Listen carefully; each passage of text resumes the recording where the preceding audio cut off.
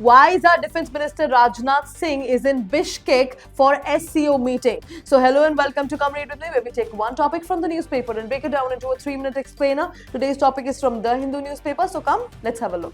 Rajnath in Bishkek for SCO meeting. Now, imagine your neighborhood has Resident Welfare Association, that is RWA.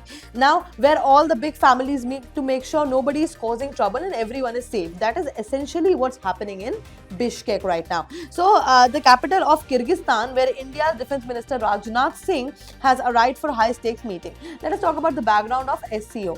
Though the SCO, the Shanghai Cooperation Organization, is like a massive club for Eurasian countries. The members are China, Kazakhstan, India, Russia, Kyrgyz Republic, Pakistan, Tajikistan, Uzbekistan, Iran, Belarus, and the stands also.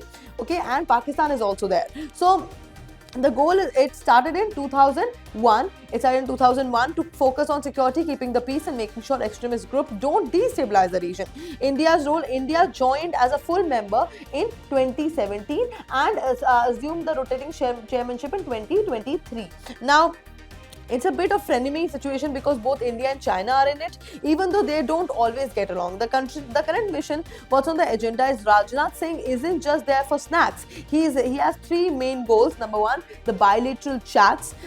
He's meeting one-on-one with defense ministers from countries like Belarus and Kazakhstan to strengthen strategic ties, basically making friends and trading military tech. Second, the zero tolerance policy. Now, in this, India is sending a loud and clear message. Terrorism is no go. He's pushing the group to fight extremist group. Third, managing the global drama. With the West Asia crisis, tensions in the Middle East are heating up. These countries are trying to figure out how to keep their own backyard stable while the rest of the world is in chaos. Now, there are multiple dimensions. In short, the first is the security dimension, fighting terrorism and radicalization. Second is the diplomacy dimension, meeting rivals like China or Pakistan in a neutral setting to keep communication lines open.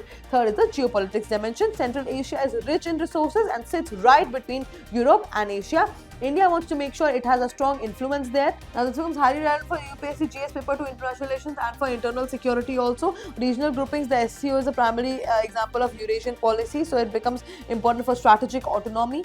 And that is it for today. I will see you in another video. Until then, bye-bye. Take care.